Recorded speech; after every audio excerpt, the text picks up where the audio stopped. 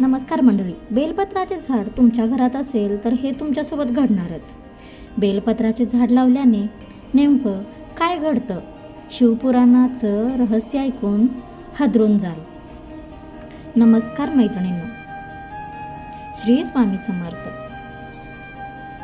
मित्रांनो, बेलाचे झाड जर तुमच्या पण घरामध्ये किंवा घराच्या अंगणात असेल तर हा व्हिडिओ तुम्ही शेवटपर्यंत नक्की बघा, कारण अर्धे अधुरे ज्ञान ही नेहमी घातक असते. मित्रांनो, बेलाचे झाड हे अत्यंत पवित्र आणि शुभ वृक्ष म्हणून आपल्या हिंदू धर्मामध्ये मानलं जातं. नुसता बेलपत्र अर्पण केल्याने भगवान शिवशंकर प्रसन्न होतात अशी देखील धार्मिक मान्यता आहे. महादेवांना बेलपत्र प्रिय का आहे? मैत्रिणींनो, बेलपत्राच्या झाडाविषयी संपूर्ण माहिती आजच्या आपल्या या नवीन व्हिडिओमध्ये आपण जाणून घेणार आहोत. मित्रांनो, आपल्या महाराष्ट्रातील अनेक जुन्या घरांच्या अंगणात तुम्ही बेलाचे झाड पाहिले असेल, पण तुम्ही कधी विचार केलाय का हो की आपल्या पूर्वजांनी घरात आंबा, कडुलिंब किंवा इतर झाडांबरोबर बेलाचं झाडही आवर्जून का लावलं असेल बरं? यामागे नेमकं कोणतं रहस्य दडलं आहे? असं म्हणतात की ज्या घरामध्ये बेलाचे झाड असते त्या घरावर भगवान महादेवांची विशेष कृपा राहते. पण ही फक्त श्रद्धा आहे का, की यामागे पुराणामध्ये काही वेगळंच सांगितलं आहे का? आणि अनेक लोकांच्या नकळत बेलाच्या झाडाशी संबंधित अशा काही चुका घडतात, ज्यामुळे त्यांना पुण्याऐवजी त्याचं फळ मिळत नाही, अशी ही धार्मिक मान्यता आहे. म्हणूनच आजच्या या व्हिडिओमध्ये आपण बेलाच्या झाडाविषयी अशा काही महत्त्वाच्या गोष्टी जाणून घेणार आहोत, ज्या कदाचित तुम्ही आजपर्यंत कधीच ऐकल्या नसतील. घरात बेलाचं झाड असेल तर धार्मिक मान्यतेनुसार कोणते शुभ संकेत मानले जातात, ते कोणत्या ठिकाणी लावावं, त्याची पूजा कशी करावी किंवा कोणत्या चुका टाळाव्या, आणि शेवटी मी तुम्हाला अशी एक गोष्ट सांगणार आहे जी प्रत्येक शिवभक्ताने आयुष्यात एकदा तरी नक्की जाणून घ्यायला हवी. त्यामुळे हा व्हिडिओ शेवटपर्यंत नक्की पहा. आणि चला सुरुवात करूया आजच्या नवीन व्हिडिओला. क्रमांक 1. बेलाच्या झाडाची पौराणिक उत्पत्ती आणि महत्त्व. मित्रांनो, कोणतेही झाड विनाकारण पवित्र मानलं जात नाही. आपल्या हिंदू धर्मामध्ये प्रत्येक पवित्र वृक्षामागे एखादी धार्मिक परंपरा, एखादी कथा किंवा एखादं आध्यात्मिक महत्त्व सांगितलेलं आहे. आणि बेलाच्या वृक्षाचंही त्यातलं अपवाद नाही. बेलाच्या झाडाचा उल्लेख अनेक प्राचीन ग्रंथांमध्ये आणि पुराणांमध्येही आढळतो. भगवान शिवांना अर्पण केल्या जाणाऱ्या सर्व वस्तूंमध्ये बेलपत्राचा अत्यंत महत्त्वाचं स्थान दिलं गेलं आहे. म्हणूनच हजारो वर्षापासून शिवभक्त श्रद्धेने शिवलिंगावर बेलपत्र अर्पण करत आले आहेत. आता तुम्ही म्हणाल, महादेवांना बेलपत्र इतकं प्रिय का आहे बरं? दुसरं कोणतं पान का नाही? यामागे एक सुंदर धार्मिक मान्यता सांगितली जाते. असं मानलं जातं की बेलपत्राच्या 3 पानांमध्ये भगवान शिवांचे 3 नेत्र, तसेच सृष्टीचे निर्माणकर्ता ब्रह्मा, पालनकर्ता विष्णू आणि संहारकर्ता महेश यांची प्रतीकात्मक स्वरूप पाहिलं जातं.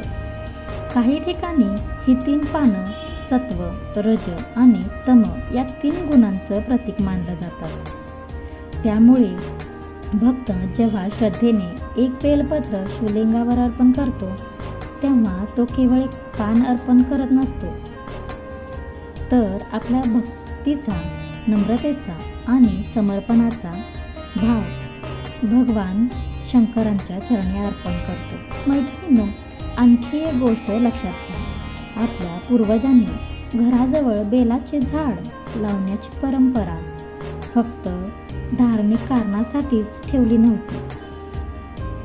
हे झाड दीर्घकाळ जगणारं, सावली देणारं आणि औषधी गुणांनी समृद्ध असल्यामुळेही त्याला विशेष स्थान मिळालं आहे. म्हणूनच आजही अनेक शिवमंदिराच्या परिसरात बेलाचे वृक्ष आवर्जून लावलेले असते आणि अनेक शिवभक्त आपल्या घरात बेलाचे झाड असणं हे मोठं भाग्य मानतात. पण मित्रांनो, फक्त बेलाचे झाड घरात असणं पुरेसं आहे का? की त्यासोबत काही नियम, काही आचार आणि काही महत्त्वाच्या गोष्टीही पाळाव्या लागतात? याचं उत्तर पुढच्या भागात आपण जाणून घेणार आहोत. नंबर 2, बेलाच्या वृक्षाची पौराणिक उत्पत्ती. मित्रांनो, एखादं झाड आपल्या धर्मात इतकं पवित्र का मानलं जातं? यामागे नक्कीच काहीतरी कारण असतं.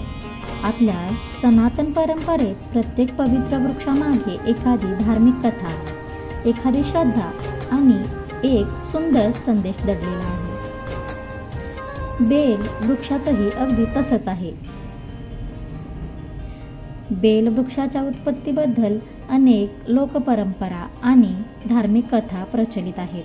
त्यापैकी स्कंद पुराणात सांगितलेली एक सुंदर कथा आजही अनेक शिवभक्त मोठ्या श्रद्धेने सांगतात. असं सांगितलं जातं की एकदा माता पार्वती कैलास पर्वतावर विहार करत होत्या.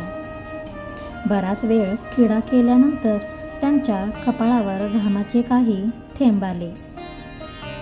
त्यांनी सहजपणे तो घाम पुसला आणि त्यातील एक थेंब पृथ्वीवर पडला. धार्मिक मान्यतेनुसार ज्या ठिकाणी तो पवित्र थेंब पडला त्याच ठिकाणी पहिल्यांदाच बिल्व म्हणजेच बेल वृक्षाची उत्पत्ती झाली.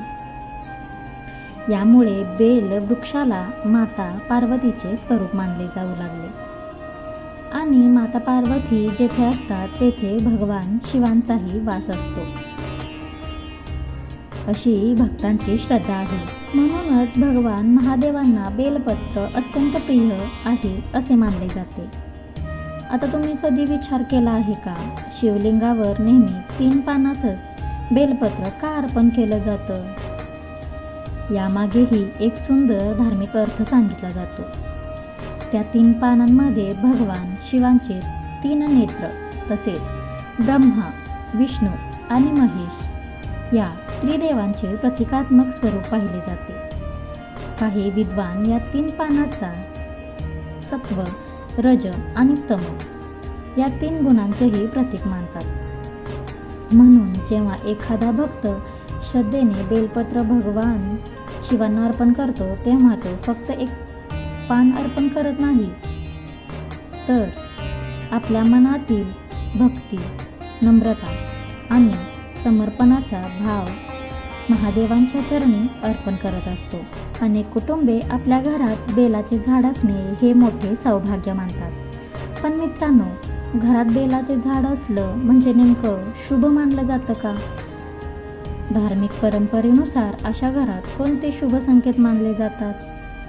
चला आता याच विषयाची सुरुवात करूया. 3. घरात बेलाचे झाड असेल तर पहिला शुभ संकेत. मित्रांनो, आता आपण त्या मुख्य प्रश्नाकडे येऊया ज्याच्यासाठी आपण हा व्हिडिओ पाहत आहात. घरात बेलाचे झाड असेल तर खरंच काय घडतं?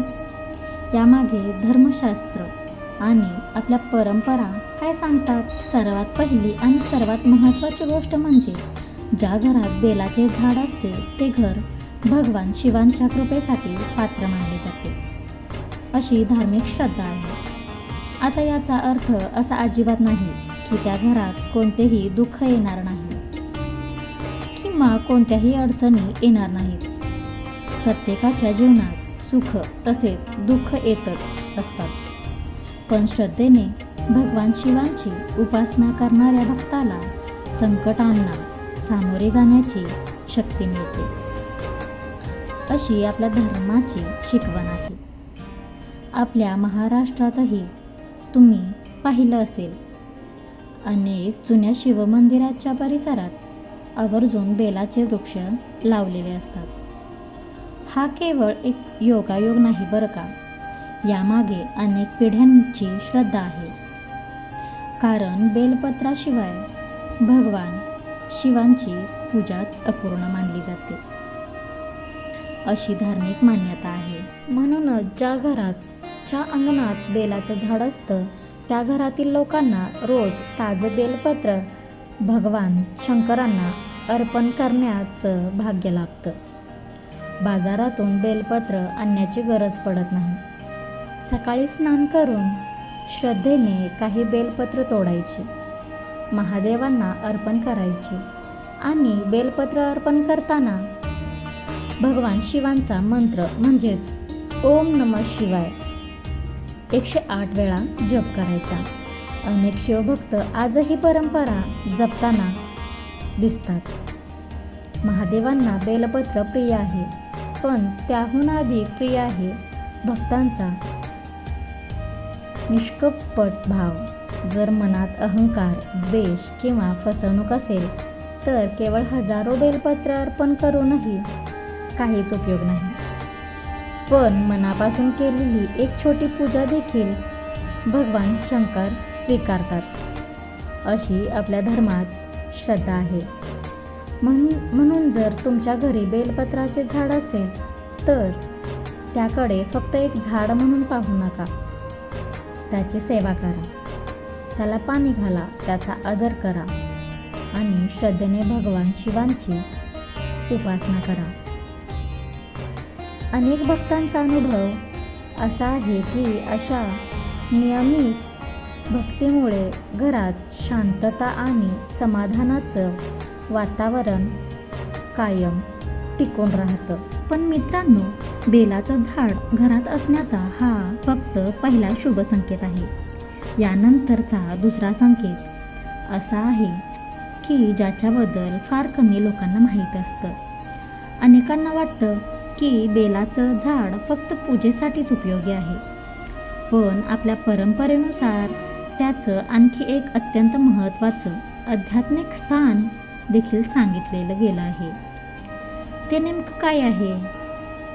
चला तर आपण ते पुढच्या भागात पाहूयात. चौथा, दुसरा शुभ संकेत, घरातील वातावरण सात्विक किंवा भक्तिमय राहते, अशी धार्मिक मान्यता आहे. मित्रांनो, घरात बेलपत्राचे झाड असण्याचा दुसरा शुभ संकेत असा घरातील वातावरण अधिक सात्विक आणि भक्तिमय राहते, अशी आपल्या परंपरेत श्रद्धा आहे. आता तुम्ही म्हणाल, एका साध्या झाडामुळे घरातील वातावरण कसं बदलू शकतं बरं? हा प्रश्न पडणं अगदी स्वाभाविक आहे. मैत्रिणींनो, येथे फक्त झाडाचा विषय नाही, विषय आहे त्या झाडाशी जोडलेल्या श्रद्धेचा. आपल्या घरात एखादी पवित्र वस्तू असली की आपोआपच तिचा आदर केला जातो.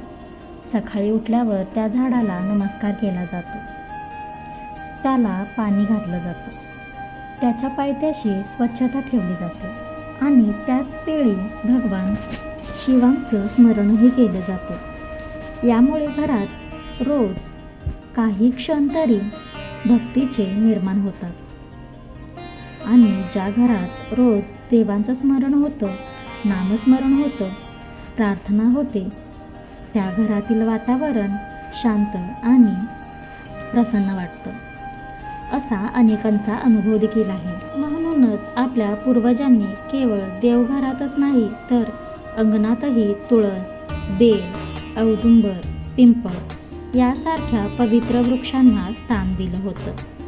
कारण त्यांना वाटत होतं की माणूस जितका निसर्गाच्या जवळ राहील तितकाच तो देवाच्या जवळ राहील. मैत्रिणींनो, आजच्या धावपळीच्या जीवनात आपण अनेकदा तणाव, चिंता आणि अस्वस्थता अनुभवतो. अशा वेळी सकाळी काही मिनिटं बेलाच्या झाडाजवळ उभं राहून ओम नमः शिवाय या मंत्राचा जप करणं ही अनेक शिवभक्तांची वर्षानुवर्षीची परंपरा आहे. त्यामुळे मन शांत होतं, भक्ती वाढते आणि दिवसाची सुरुवात सकारात्मक भावनेने होते, अशी त्याची श्रद्धा आहे. पण इथे एक गोष्ट लक्षात ठेवा, केवळ बेलाचं झाड घरात लावणं म्हणून आपोआप सर्व काही बदलतं असं धर्म सांगत नाही. त्या झाडाचा आदर, त्याची सेवा, नियमित पूजा आणि मनापासून केलेला नमस्कार यालाच आपल्या परंपरेत महत्त्व दिलं गेलं आहे. श्रद्धा आणि सत्कर्म याची जोड असेल तर त्याचं खऱ्या अर्थाने आध्यात्मिक महत्त्व अनुभवता येतं. आणि मैत्रिणींनो, बेलाच्या झाडाचा तिसरा शुभ संकेत तर याहूनही सुंदर आहे. अनेकांना याची कल्पना नाही, कारण हा संकेत थेट भगवान शिवांच्या पूजेशी आणि भक्तांच्या पुण्याशी जोडलेला मानला जातो. चला पुढच्या भागात तो सविस्तर जाणून घेऊयात. 5. तिसरा शुभ संकेत, रोज भगवान शिवांना ताजे बेलपत्र अर्पण करण्याचे भाग्य. मित्रांनो, घरात बेलाचे झाड असण्याचा तिसरा आणि अत्यंत महत्त्वाचा शुभ संकेत म्हणजे त्या घरातील लोकांना रोज भगवान महादेवांना ताजे बेलपत्र अर्पण करण्याचा भाग्य लागतं, अशी धार्मिक मान्यता आहे. आता तुम्ही म्हणाल, बेलपत्र अर्पण करणं इतकं महत्त्वाचं का मानलं जातं? मित्रांनो, आपल्या ग्रंथामध्ये भगवान शिवांच्या पूजेमध्ये बेलपत्राला अत्यंत महत्त्वाचं स्थान दिलं गेलं आहे. अनेक भक्त दूध, पाणी, मध, दही, तूप याचा अभिषेक करतात. पण या सर्वांसोबत श्रद्धेने अर्पण केलेले बेलपत्रही शिवपूजेतील एक महत्त्वाचंच आहे. यामुळेच अनेक शिवभक्त श्रावण महिना सुरू होण्यापूर्वी बेलपत्राची व्यवस्था करतात. काही जण बाजारातून आणतात, तर काहींना मंदिरातून मिळतात. पण ज्या व्यक्तीच्या घरात स्वतःचं बेलाचं झाड असतं त्याला रोज ताजं बेलपत्र अर्पण करण्याची संधी मिळते. ही गोष्ट अनेक भक्त मोठ्या सौभाग्य मानतात. पण मैत्रिणींनो, इथे एक गोष्ट समजून घेणं खूप महत्त्वाचं आहे. भगवान शिवांना फक्त बेलपत्र नको असतं, तर त्यामागचा भाव महत्त्वाचा असतो. जर एखाद्याने 1000 बेलपत्र अर्पण केली पण मनात अहंकार असेल तर त्या पूजेचं फळ कमी होतं, अशी आपल्या संतांची शिकवण आहे.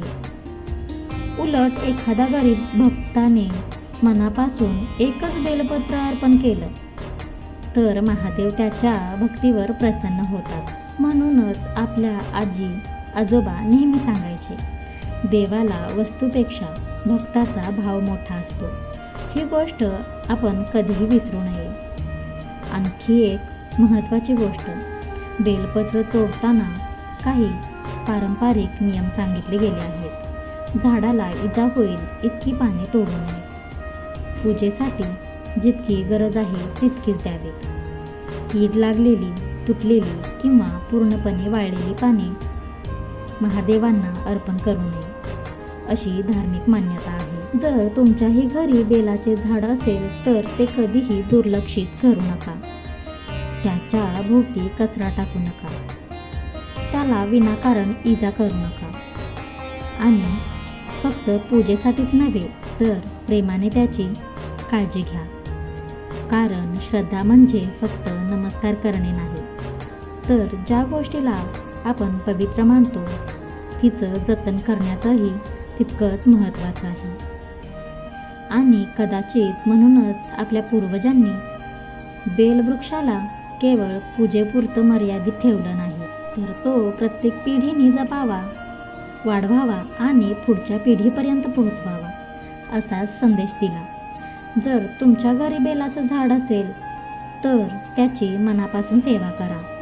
त्याला प्रेमाने जपा, स्वच्छ ठेवा आणि शक्य असेल तेव्हा भगवान महादेवांना श्रद्धेने बेलपत्र अर्पण करा। आणि हा व्हिडिओ तुम्हाला आवडला असेल तर एकदा कमेंटमध्ये हर हर महादेव नक्की लिहा आणि व्हिडिओला लाईक करा। आपल्या मित्रपरिवारासोबत शेअर करा आणि अशाच श्रद्धापूर्ण, माहितीपूर्ण आणि सनातन धर्माशी संबंधित व्हिडिओसाठी आपल्या अध्यात्म कथन या चॅनेलला सबस्क्राईब करून घ्या। हर हर महादेव। ओम नमः शिवाय। श्री स्वामी समर्थ। धन्यवाद मैत्रिणींनो। पुढील व्हिडिओ कोणता पाहायचा आहे हे कमेंट बॉक्समध्ये नक्की टाका, मी त्यावर व्हिडिओ नक्की बनवेन।